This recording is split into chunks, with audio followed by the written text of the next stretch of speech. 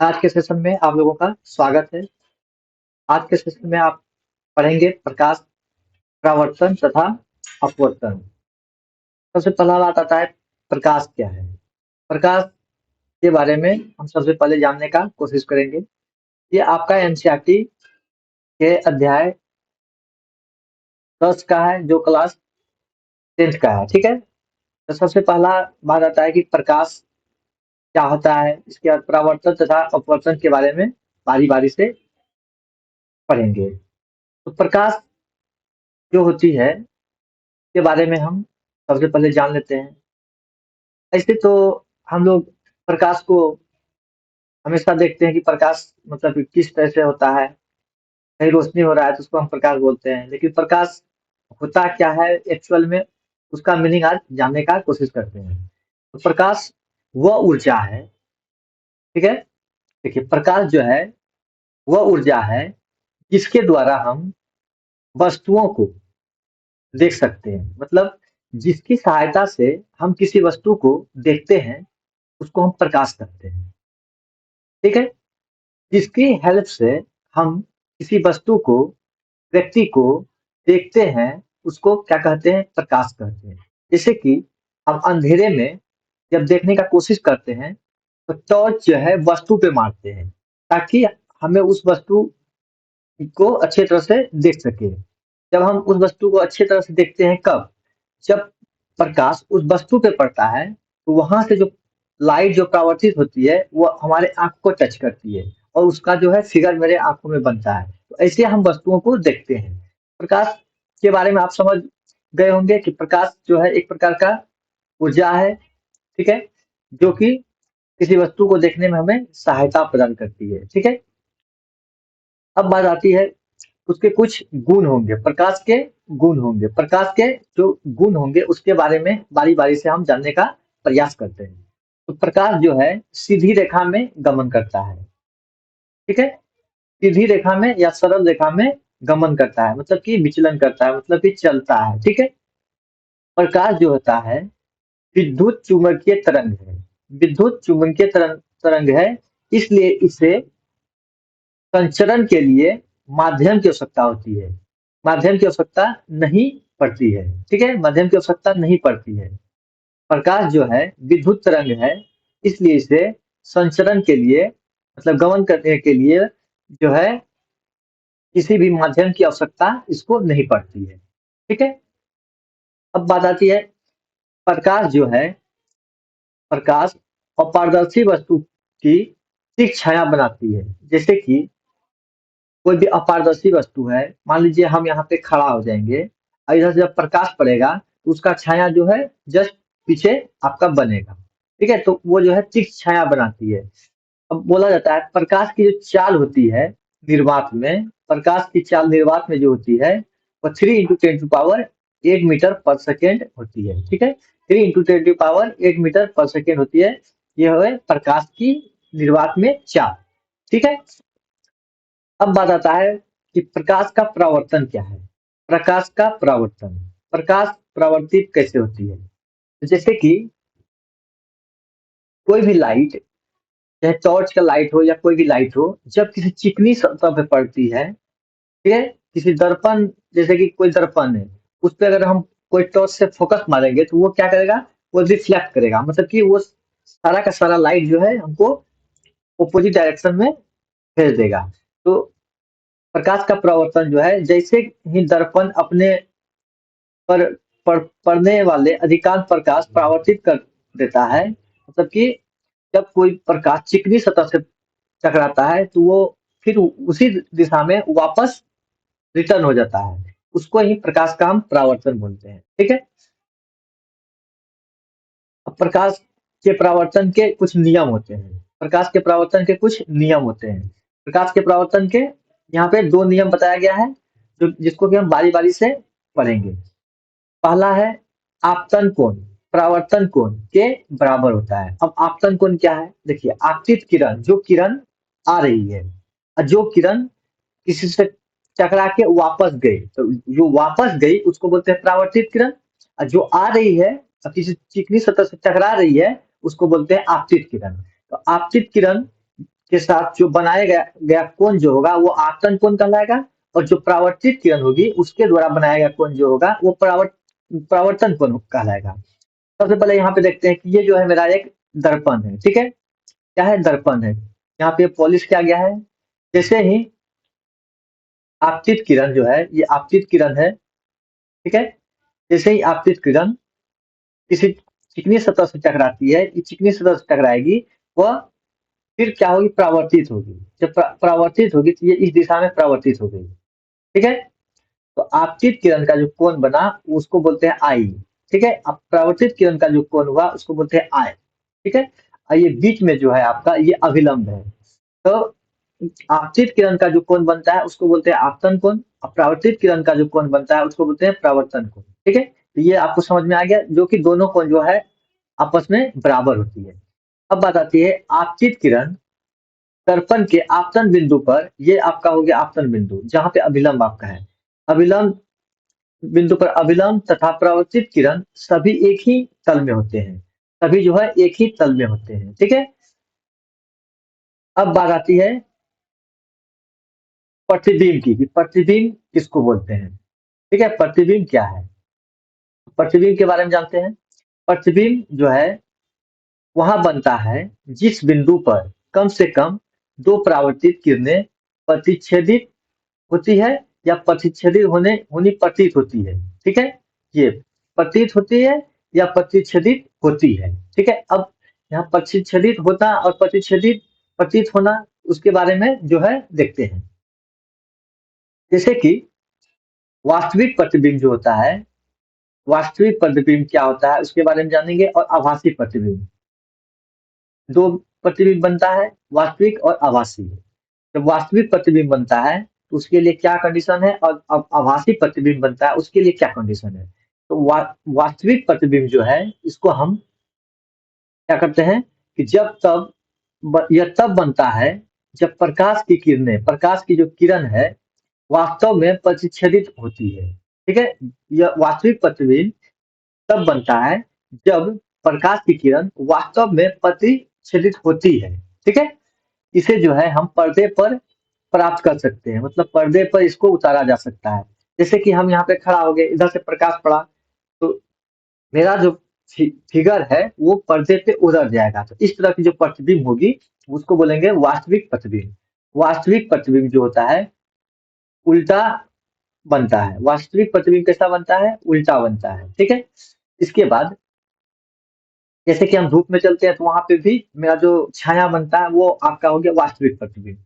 यहाँ पे हो गया आभासी प्रतिबिंब। आभासी प्रतिबिंब यह तब बनता है जब प्रकाश की किरणें प्रतिच्छेदित होती प्रतीत होती है। प्रतिच्छेदित होती नहीं है बल्कि प्रतिच्छेदित होती प्रतीत होती है।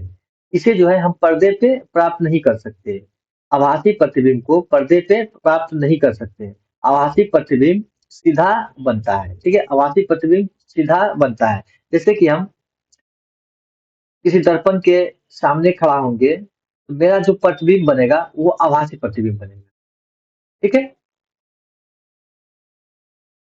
जिसको कि हम लोग पर्दे पे प्राप्त नहीं कर सकते हैं।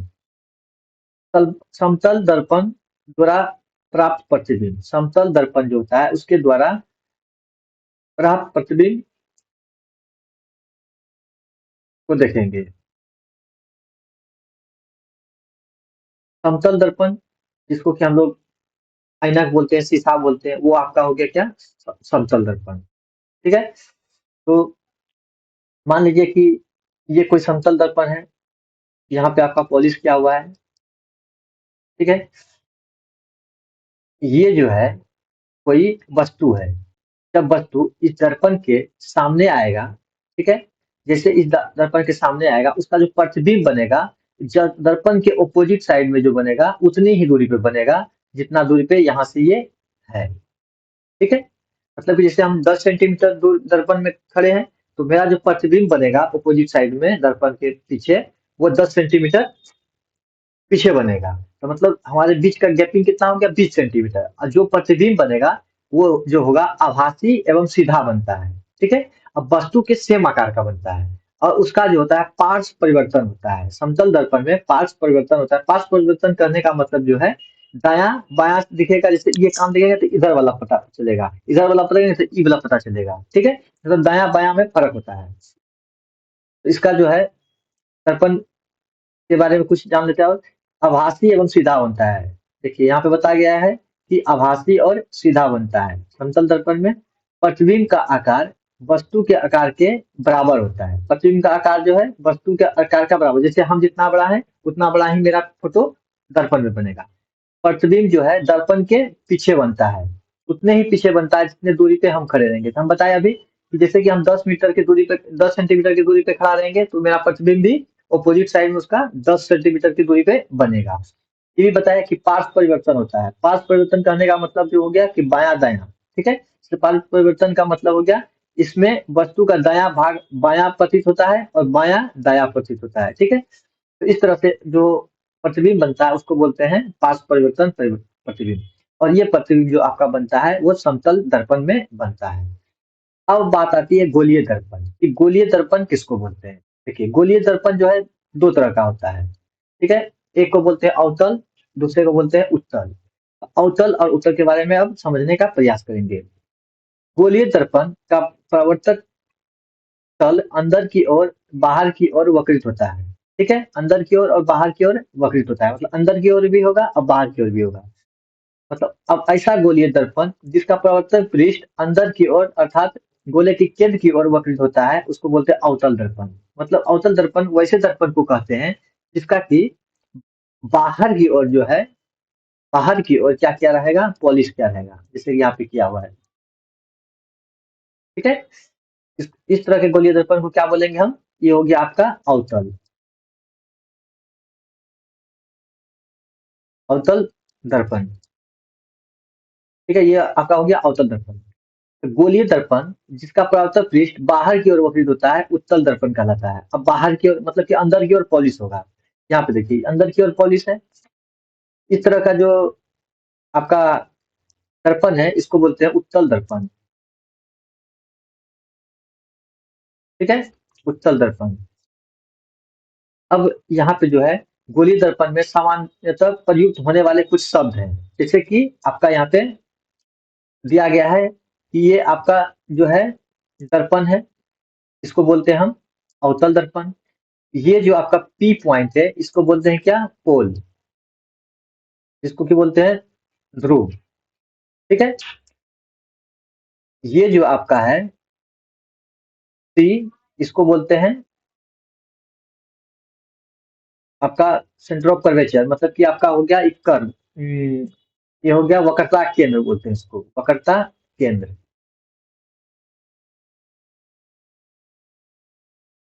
ठीक है। ये आपका हो गया फोकस, ठीक है। और ये हो गया बीच का जो है आपका, इसको बोलते हैं फोकस दूरी, फोकस दूरी, ठीक है, डिस्टेंस ऑफ फोकस, ठीक है। और ये जो आपका हो गया डिस्टेंस ऑफ वक्रता केंद्र,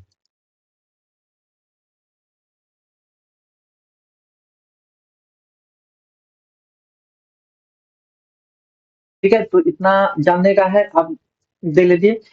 तो गोलीय दर्पण के परावर्तक पृष्ठ के केंद्र और दर्पण के ध्रुव, परावर्तक पृष्ठ के केंद्र को दर्पण का ध्रुव कहते हैं। ये आपका जो है इसको बोलते हैं ध्रुव, जिसको कि इंग्लिश में पोल बोलते हैं।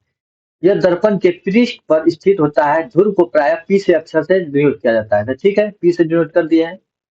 इसके बाद मुख्य अक्ष, गोलीय दर्पण के ध्रुव तथा वक्रता त्रिज्या से गुजरने वाली एक सीधी रेखा को मुख्य अक्ष कहते हैं। आपका जो ये रेखा है, ये रेखा आपका जो गुजर रही है, ठीक है, इसको बोलते हैं क्या, मुख्य अक्ष। ये आपका हो गया मुख्य अक्ष, ठीक है। अब बात आता है वक्रता केंद्र। गोलीय दर्पण का परावर्तक पृष्ठ एक गोले का भाग है, ठीक है। गोलीय दर्पण का परावर्तक पृष्ठ गोले का भाग है। इस गोले का केंद्र गोलीय दर्पण का वक्रता केंद्र कहलाता है, ठीक है। ये सी से निरूपित किया जाता है, सी बता दिए। अब वक्रता त्रिज्या आर बोलते हैं। गोलीय दर्पण के परावर्तक पृष्ठ जिस गोले का भाग है उसकी त्रिज्या दर्पण के वक्र का त्रिज्या कहलाती है। इसे आर के द्वारा निरूपित किया जाता है। जैसे कि ये बोले थे वक्रता त्रिज्या का डिस्टेंस है, इसका यहाँ डिस्टेंस है, इसको आर से निरूपित किया जाता है। उसी प्रकार एपरेटर एपरेटर जो बोलते हैं गोलीय दर्पण का प्रवर्तक पृष्ठीय तल वक्रता सीमा रेखा का व्यास द्वारा दर्पण का द्वारक कहलाता है। मतलब जैसे कि एम एन आपका जैसे यहाँ पे फिगर में दिखाया गया है, इसको जो बोलते हैं इसको बोलते हैं द्वारक। क्या बोलते हैं? द्वारक। इसके बाद आता है मुख्य फोकस। मुख्य अक्ष पर बिंदु जहां मुख्य अक्ष के समांतर किरणें आके मिलती है या प्रवर्तित किरणें आके, जैसे कि इस तरह का आपका दिया गया है, इसमें जो एफ है यहाँ पे आके जो किरणें मिलती है, ठीक है, या प्रवर्तित होती है, तो इस बिंदु को क्या बोलते हैं? फोकस बोलते हैं। क्या बोलते हैं? फोकस।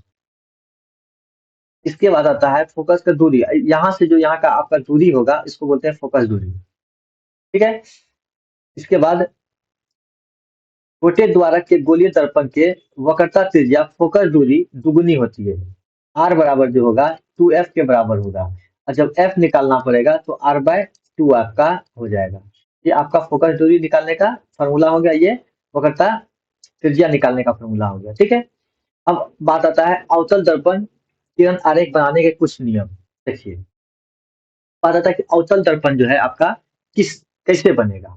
ठीक है, उसके बारे में हम चर्चा करते हैं। दर्पण के मुख्य अक्ष के समानांतर प्रकाश, ये आपका मुख्य अक्ष है, ये आपका मुख्य अक्ष है, इसके, ठीक है, इसके समानांतर जब प्रकाश जाएगी यहाँ पे, ठीक है, तो यहाँ से टकरा के क्या होगी?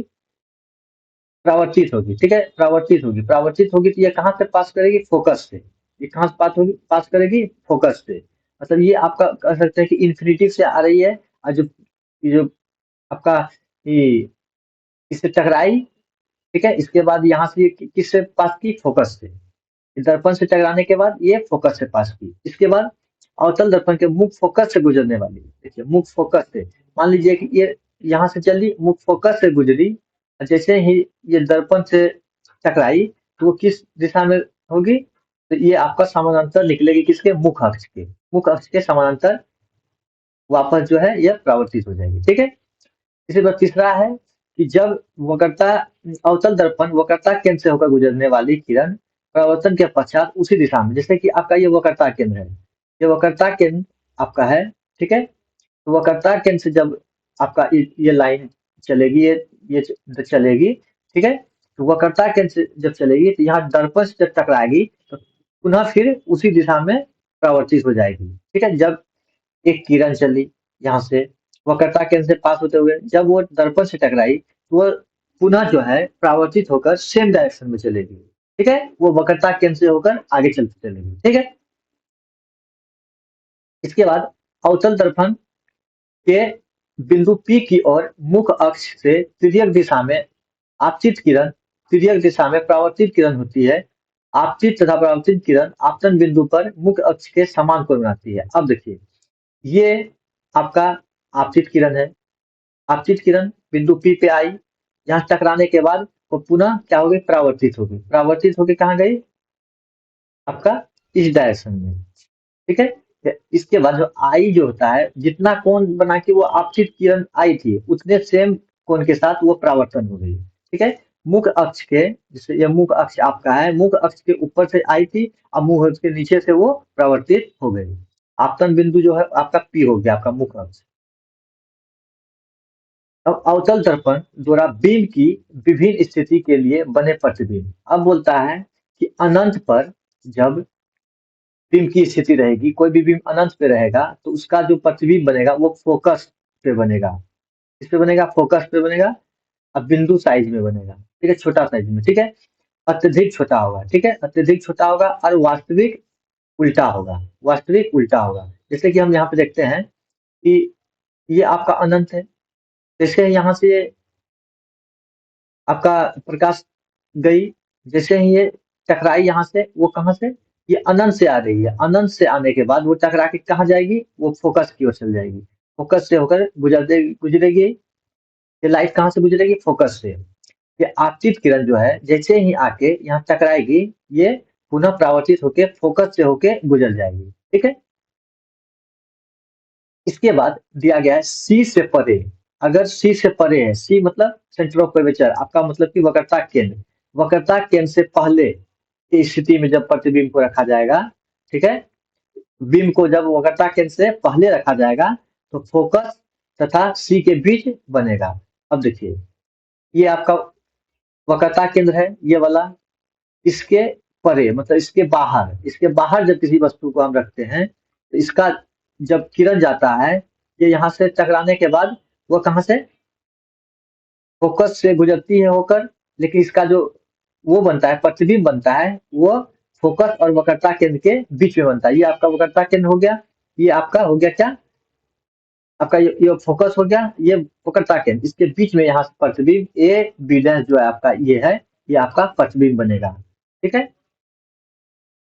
और प्रतिबिंब जो होगा आपका समान साइज छोटा होगा। ठीक है, सब प्रतिबिंब कैसा होगा, छोटा होगा। वास्तविक उल्टा, यहाँ पे सकते हैं कि प्रतिबिंब जो है आपका यहाँ पे ऐसे है, तो यहाँ पे कैसे हो जाएगा, ऐसे हो जाएगा, उल्टा हो जाएगा, और ये इसे छोटा भी है। ठीक है,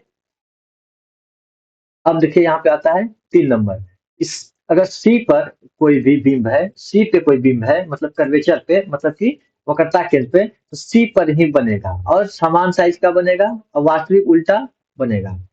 तो अब देखने वाला बात है, जब यहाँ किसी बिंब को सी पे रखते हैं, ठीक है, तो उसका प्रतिबिंब कहाँ बनता है, सी पे। ये आपका प्रतिबिंब बना है। जब इसी वस्तु को यहाँ रखे हैं, तो जब वो प्रकाश जो है इसे पार करके आपको दर्पण से टकराती है, तो वो पुनः फोकस से पार करते हुए इसका प्रतिबिंब कहाँ बनता है, सेंटर ऑफ कर्वेचर पे ही बनता है, यहाँ पे। इसके बाद सी और एफ के बीच रखा जाए, मतलब सेंटर ऑफ कर्वेचर और फोकस के बीच, मतलब कि वक्रता केंद्र और फोकस के बीच रखेंगे, तो सी से कहाँ बनेगा, परे बनेगा। सी से परे मतलब सी से बड़े और बड़ा आकार में बनेगा। जैसे कि ये आपका हो गया क्या, सेंटर ऑफ कर्वेचर मतलब वक्रता केंद्र, और ये हो गया फोकस। इसके बीच में जब किसी वस्तु को रखते हैं, जब इस पे लाइट पड़ती है, तो लाइट जो है आपका दर्पण पे टकराएगी, इसके बाद वो फोकस से निकल के आपका कहाँ आएगी, आगे की ओर बढ़ेगी, और इसका जो प्रतिबिंब बनेगा यहाँ पे आपका सी से परे मतलब वक्रता केंद्र से बाहर बनेगा। ये आपका प्रतिबिंब बना है। ठीक है, उसी प्रकार अगर किसी वस्तु को हम फोकस पे रखते हैं, फोकस पे, तो प्रतिबिंब कहाँ बनता है, अनंत पे। जब अनंत पे रखे थे तो फोकस पे, आप फोकस पे रखेंगे तो अनंत पे बनेगा, अत्यधिक बड़ा बनेगा, और वास्तविक उल्टा प्रतिबिंब बनेगा। ठीक है, तो फोकस पे जब किसी वस्तु को रखते हैं, जैसे कि ये आपका फोकस है,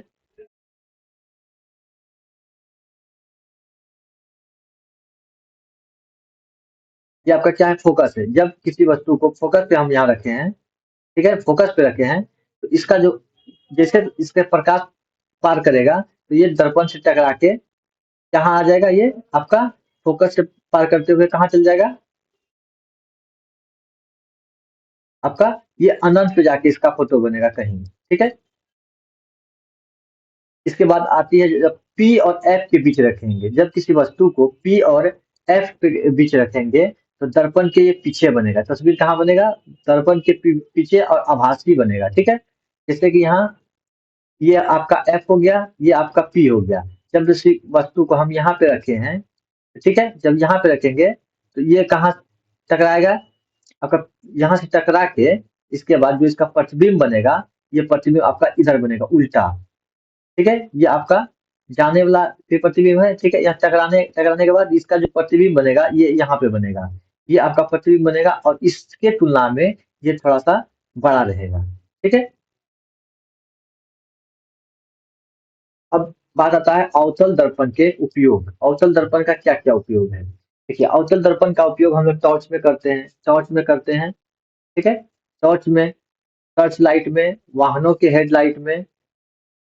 ठीक है, इससे क्या होता है कि शक्तिशाली समांतर किरणें पुंज प्राप्त करने के लिए किया जाता है, मतलब कि फोकस बनाने के लिए किया जाता है। अब देखिए, दंत विशेषज्ञ जो है अवतल दर्पण का प्रयोग मरीजों के दांत को बड़ा प्रतिबिंब देखने के लिए, जैसे कि हम लोग अपना दाढ़ी बनवाने के लिए जाते हैं सैलून में, तो वहां पे जो प्रतिबिंब दर्पण जो लगा रहता है, वो अवतल दर्पण लगा रहता है, ताकि हम लोग अपने दाढ़ी को थोड़ा सा बड़ा देख सके। मतलब किसी भी चीजों को हम बड़ा देखने के लिए जो है अवतल दर्पण का प्रयोग करते हैं। चेहरे को बड़ा प्रतिबिंब देखने के लिए शेविंग दर्पण के रूप में भी किया जाता है। ठीक है, दांत को भी देखने के लिए किया जाता है। इसके बाद सौर भट्टी में सूर्य सूर्य के प्रकाश को केंद्रित करने के लिए भी अवतल दर्पण का प्रयोग किया जाता है। ठीक है। अब बात आता है उत्तल दर्पण। उत्तल दर्पण के बारे में जानते हैं। अब देखिए, उत्तल दर्पण मुख अक्ष के समांतर, इसको बोलते हैं क्या, उत्तल दर्पण, जिसका कि अंदरूनी भाग क्या होता है, पॉलिश क्या होता है आपका, इसको क्या बोलते हैं, उत्तल दर्पण। उत्तल दर्पण के मुख अक्ष के समांतर प्रकाश किरण, ये आपका मुख अक्ष है। ठीक है। ये मुख अक्ष है। ये आपका, उसके समांतर एक प्रकाश किरण जब गुजरती है, ठीक है, प्रकाश किरण जाती है, तो प्रवर्तन के पश्चात दर्पण के मुख फोकस से होकर गुजरती है। कहाँ से गुजरेगी, मुख फोकस से। आपका ये फोकस हो गया, ये इसे आके गुजरेगी, तो ये रिफ्लेक्ट होकर कहाँ जाएगी, ऊपर। ठीक है। इसके बाद आपका आता है उत्तल दर्पण के मुख फोकस से होकर गुजरने वाली किरण परावर्तित के पश्चात मुख अक्ष से अब देखिए, अब पहले क्या था, मुख अक्ष के समांतर, अब क्या है, फोकस से जो, मान लीजिए हम फोकस पे गुजार रहे हैं, इससे जो परावर्तित होकर वो मुख अक्ष के समांतर जाएगी, मतलब इधर जाएगी।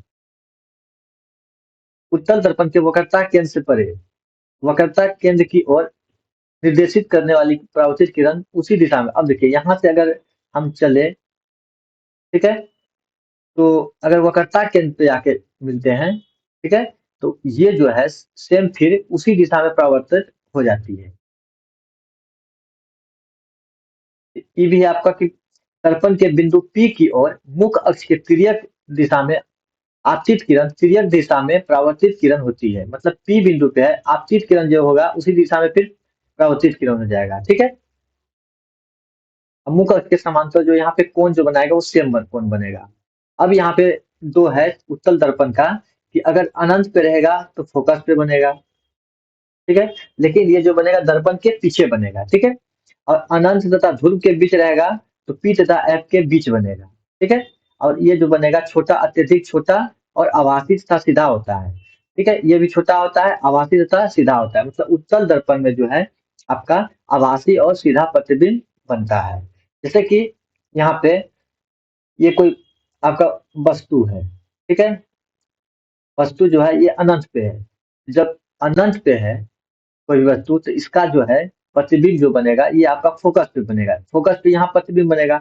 यहाँ जो प्रतिबिंब बनेगा ये दर्पण है, दर्पण का ये अगला भाग है, ये पिछला भाग, मतलब कि ये पीछे बन रहा है, दर्पण के पीछे बन रहा है, कहाँ, फोकस पर।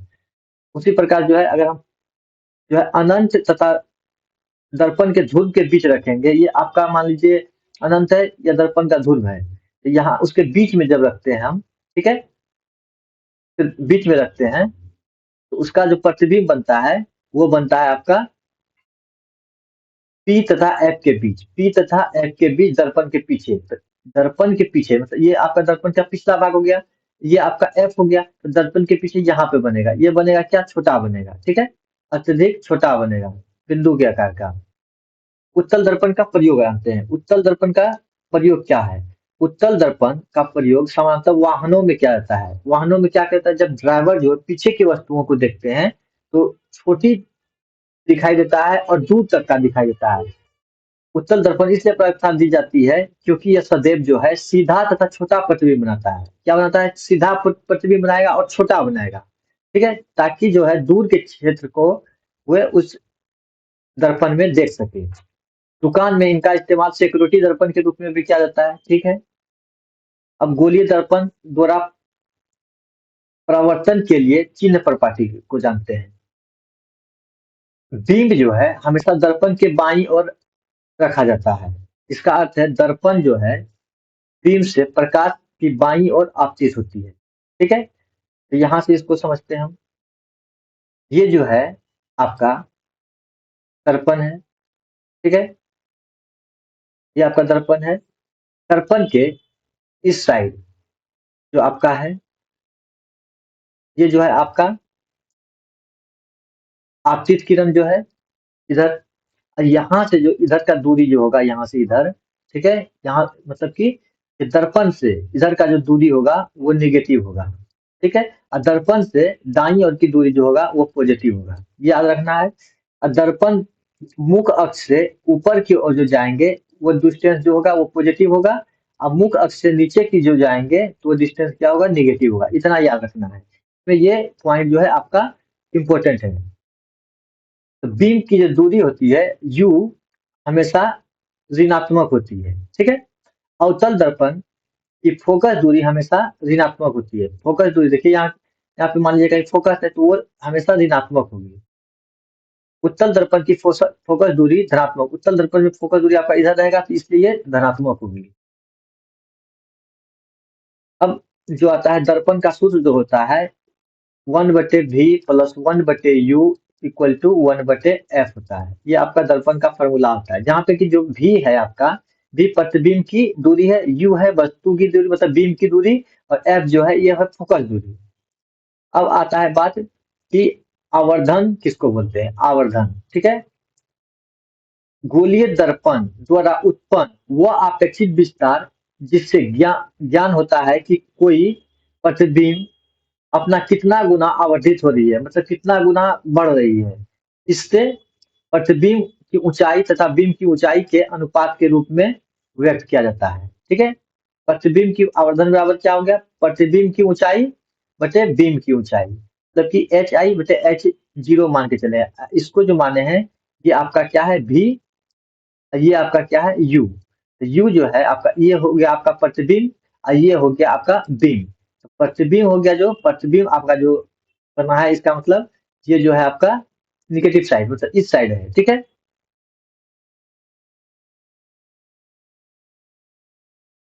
अब यहाँ पे है कि यदि m जो है ऋणात्मक हो तो प्रतिबिंब वास्तविक होता है, m ऋणात्मक हो तो प्रतिबिंब वास्तविक होता है। अगर m धनात्मक हो तो प्रतिबिंब आभासी होता है। ये ऑब्जेक्टिव टाइप में क्वेश्चन पूछे जा सकते हैं। यदि एच आई बराबर एच जीरो तो m बराबर 1 अगर है तो प्रतिबिंब का आकार बिंदु के बराबर होगा।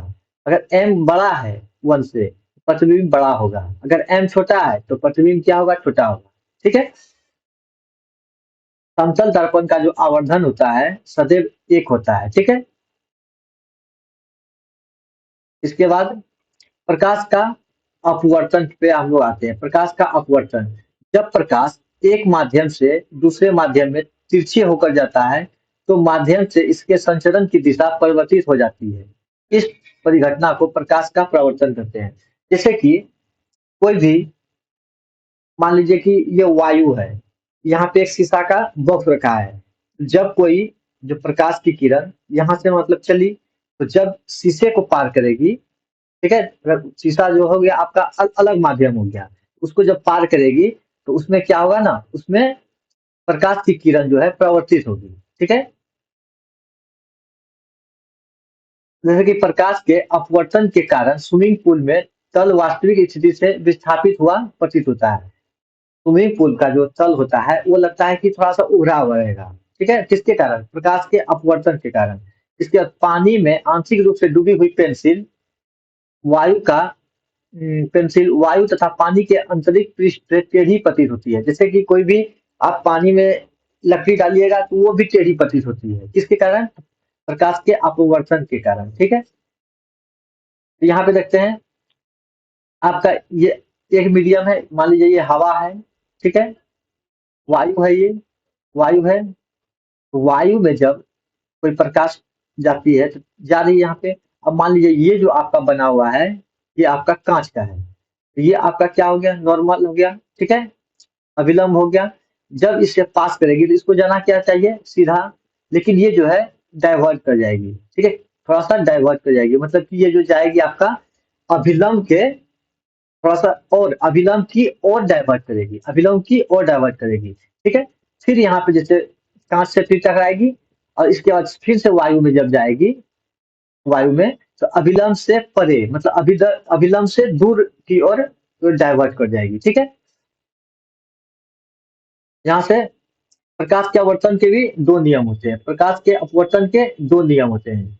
पहला आपतित किरण, जैसे कि ये आपतित किरण आपका हो गया, यहाँ से फिर परावर्तित हो गया, ठीक है। तो आपतित किरण तथा अपवर्तन किरण तथा दोनों माध्यमों, आप आपतित किरण और अपवर्तित किरण, मतलब ये आपका हो गया अपवर्तित, ठीक है, किरण तथा दोनों माध्यमों को पृथक करने वाले पृष्ठ के आपतन बिंदु, ये आपका हो गया आपका आपतन बिंदु, और अभिलंब सभी एक ही तल में होते हैं, सभी एक ही तल में होते हैं। आपका ये आया स्क्रीन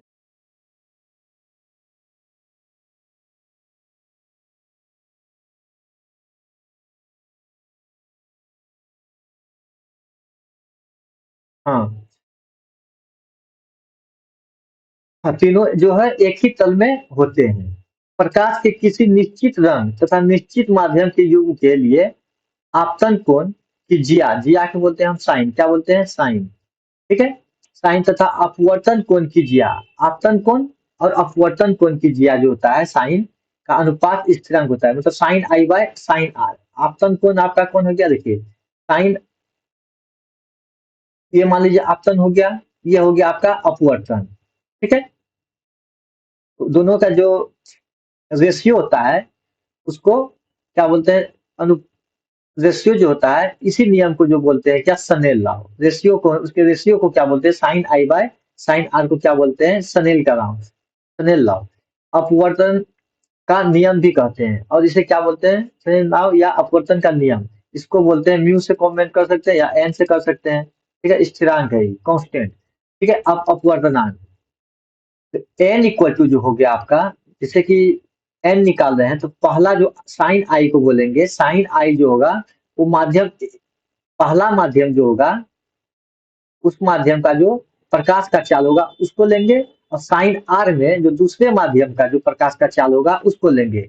मतलब इसको जो है बोलेंगे कि जैसे प्रकाश की चाल फर्स्ट माध्यम में तो साइन आर लेंगे, सेकेंड माध्यम में तो साइन आर लेंगे। उसी प्रकार अगर सेकेंड माध्यम में है, मतलब कि उसके ऊपर डिपेंड करेगा जो है साइन, जैसे मान लीजिए एन टू ट्वाइस वन है, मतलब कि एन टू वन है, तो माध्यम दो का, ठीक है, माध्यम दो का माध्यम एक के सापेक्ष अपवर्तनांक होगा। जैसे कि यहाँ पे आपका दिया आया, यहाँ पे पहला ये हो गया, दूसरा ये हो गया, यहाँ पे पहला ये हो गया, दूसरा ये हो गया आपका। इसी प्रकार हम लेके चलेंगे कि जैसे अगर एन वन टू लेंगे तो माध्यम एक का माध्यम दो के सापेक्ष अपवर्तनांक, जैसे कि एन टू वन लिए तो जिसके सापेक्ष निकालेंगे, ठीक है, उसको हम ऊपर रखेंगे। जैसे माध्यम दो का निकालना है एक के सापेक्ष, तो वन को ऊपर लिखे, टू को नीचे कर देंगे, वी टू। उसी प्रकार जैसे माध्यम वन का निकालना है टू के सापेक्ष, टू को ऊपर रखेंगे, वन को नीचे रखेंगे, ठीक है। अब यहाँ पे आती है सघन माध्यम और विरल माध्यम, ठीक है। तो सघन माध्यम किसको बोलते हैं और विरल माध्यम किसको बोलते हैं, उसको हम जानने का प्रयास करते हैं। जब प्रकाश की किरण विरल माध्यम से सघन माध्यम में जाती है तो उसकी चाल धीमी हो जाती है, ठीक है। विरल माध्यम से सघन माध्यम, सघन मतलब होता है घना, घना मतलब हो गया आपका, जैसे कि विरल हो गया आपका वायु, तो सघन जो हो गया उसमें जल हो गया। तो जैसे ही प्रकाश की किरण हवा से, वायु से जो है, जैसे ही आपका जल में जाएगी तो वहां पे जो होगा प्रकाश की जो चाल होगी उसमें आपका रुकावट होना स्टार्ट हो जाएगा, तो उसमें क्या होगा, उसका जो है प्रकाश की चाल होगा धीमी पड़ जाएगी, ठीक है। अब जब धीमी पड़ जाएगी, जैसे कि सघन माध्यम से इसे विरल माध्यम से सघन माध्यम में जाएगी तो प्रकाश की चाल ये धीमी पड़ जाएगी, जिसके कारण जो है वो, जैसे कि आपका जाना चाहिए इधर, तो वो क्या किस तरफ मुड़ जाएगी, अविलंब की ओर मुड़ जाती है, ठीक है, अविलंब की ओर झुक जाती है। यहाँ पे अविलंब की ओर जो है वो झुक जाती है। उसी प्रकार जब माध्यम अगर सघन हो जाए, सघन माध्यम से अब विरल में जा रही है, मतलब जैसे कि ये आपका पानी हो गया, ठीक है, ये आपका हवा हो गया, ठीक है। तो पानी से हवा की ओर जाएगी तो उसका चाल क्या होगा, चाल बढ़ जाएगा और ये अभिलंब से दूर हट जाएगी। तो जैसे आपका अभिलंब ये है आपका, इससे क्या होगा, वो दूर हट जाएगी। पहले बार में क्या है, इस अभिलंब के पास आ रही थी और ये बोलता है कि आप दूर जाइए, ठीक है। अब गोलीय लेंस के बारे में पढ़ते हैं। गोलीय लेंस दो तलों से घिरे, दो तलों से घिरे, पहला तल देखिए आपका ये हो गया, ठीक है, दूसरा तल आपका ये हो गया, तो दो तलों से घिरे पारदर्शी माध्यम को, पारदर्शी माध्यम जिसका कि दोनों तल गोलीय होता है, ठीक है, जिसका दोनों तल क्या होता है, गोलीय होता है, क्या कहलाता है, लेंस कहलाता है। तो लेंस भी जो है, जैसे कि दर्पण दो प्रकार के था, उत्तल और अवतल, उसी प्रकार लेंस भी दो प्रकार के हैं, उत्तल लेंस और अवतल लेंस। तो उत्तल लेंस का जो है, उत्तल लेंस का किनारे की अपेक्षा बीच में मोटा होता है, यहाँ पे देखिए ज्यादा मोटा है बीच में, किनारा धीरे धीरे करते यहाँ पतला होते चल गया, ठीक है। तो उत्तल लेंस जो है बीच में मोटा होता है, किनारे में पतला होता है, ठीक है। इसे अभिसारी लेंस भी कहते हैं, अभिसारी लेंस भी कहते हैं, ठीक है, अभिसारी लेंस। अब अवतल लेंस का बात करते हैं, तो अवतल लेंस का जो है किनारा मोटा होता है। यहाँ पे देखिए किनारा क्या है, मोटा है, लेकिन यहाँ बीच में पतला है। तो किनारा इसका क्या होता है, मोटा होता है। इसे अपसारी कहते हैं। क्या बोलते हैं, अपसारी, कन्वर्जेंट डाइवर्जेंट। उत्तल लेंस के किरण आरेख बनाने के नियम। ठीक है, अब जैसे कि पहले भी बता चुके हैं हम कि जब भी कोई भी किरण अगर मान लीजिए अनंत से आ रही है, तो कहाँ से होकर गुजरेगी, फोकस से। ठीक है, उसी प्रकार अगर सेकेंड नंबर अगर फोकस फोकस से आ रही है, तो वो कहाँ चल जाएगी, अनंत की ओर चल जाएगी। इस तरह से आप लोग इसको थोड़ा सा पढ़ लीजिएगा, क्योंकि हम पिछले जो लेंस दर्पण जो बताए हैं उसमें आपको इस चीज बता चुके हैं। अब देखिए यहाँ पे प्रतिबिंब की स्थिति, जब अनंत पे रहेगा तो कहाँ बनेगा, फोकस पे। जब फोकस से परे रहेगा तो फोकस टू और फोकस वन के बीच में, फोकस टू और टू एफ टू के बीच में आपका बनेगा। ठीक है, यह क्या होगा, छोटा बनेगा और वास्तविक उल्टा बनेगा। यहाँ पे एक एक करके देखते हैं। जैसे कि ये आपका जो है अनंत से आ रहा है, ये अनंत से आपका आ रहा है जब किरण, तो यहाँ से ये जब टकराएगी, ये कहाँ मुड़ जाएगी, फोकस की तरफ।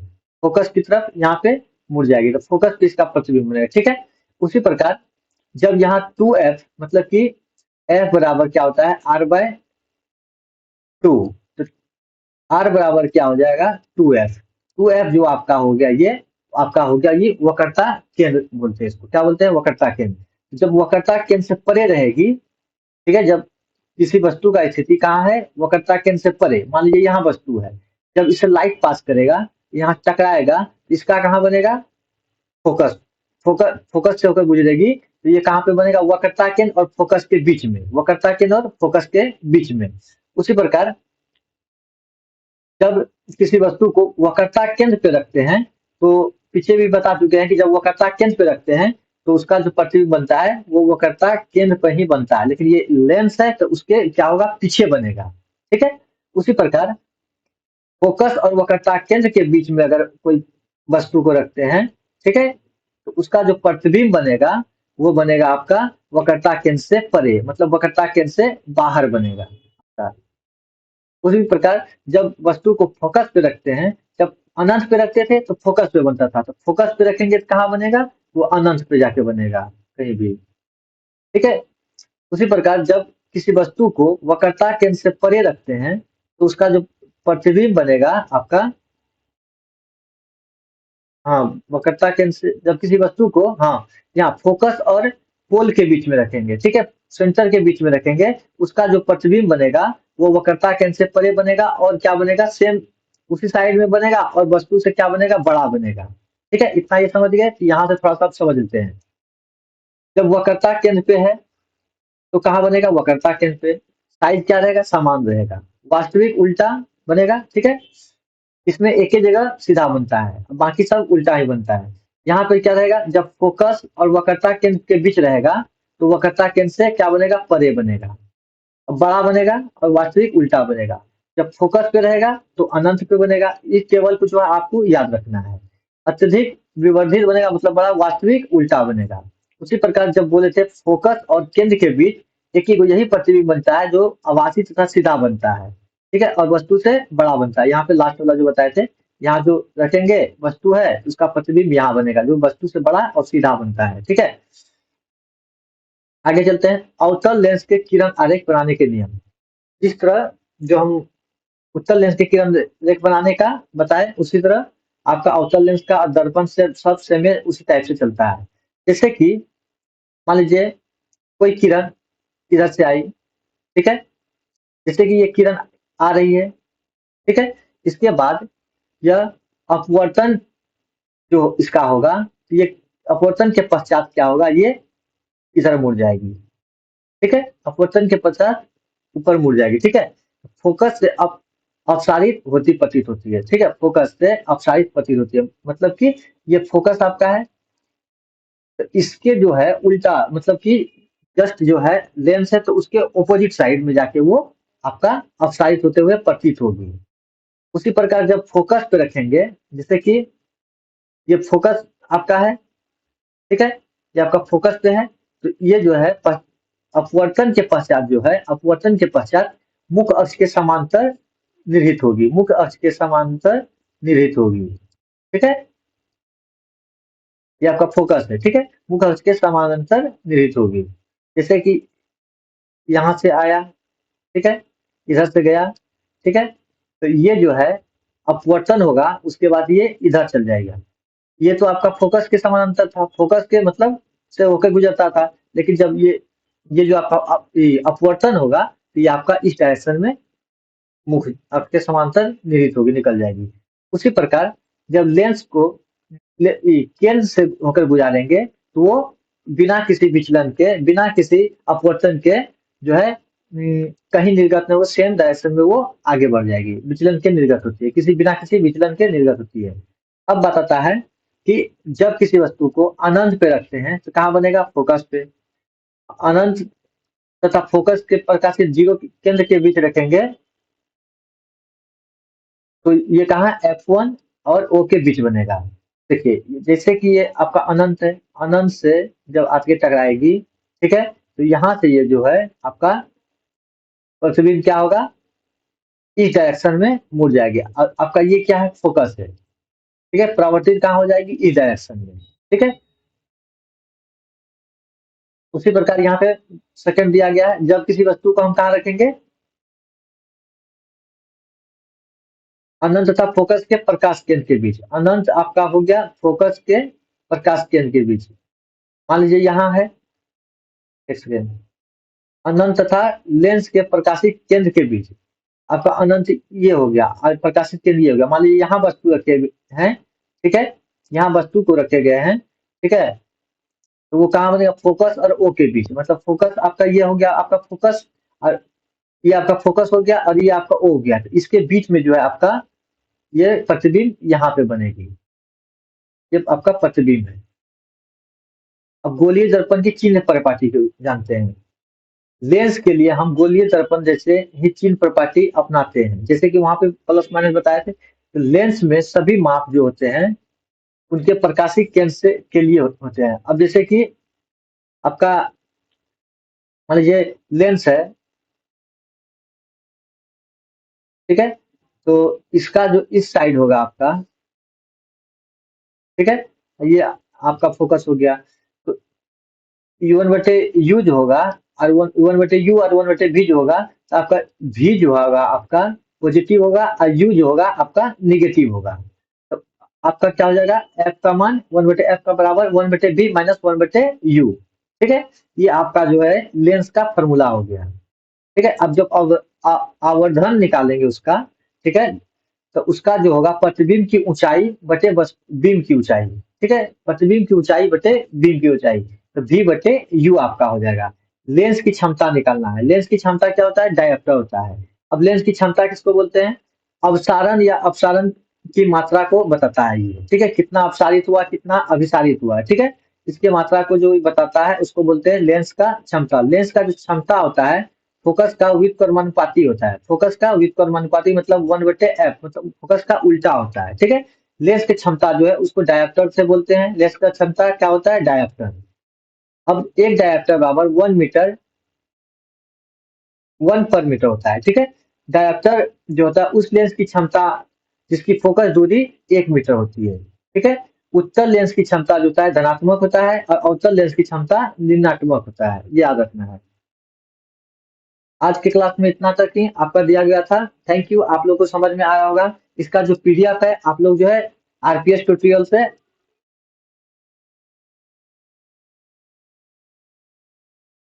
आरपीएस ट्यूटोरियल से आप लोग जाके ले सकते हैं, जो कि टेलीग्राम चैनल के आरपीएस ट्यूटोरियल से आपको मिलेगा। और यहाँ से आप लोग लेके इसको अच्छे तरीका से आप लोग रिवीजन कर सकते हैं।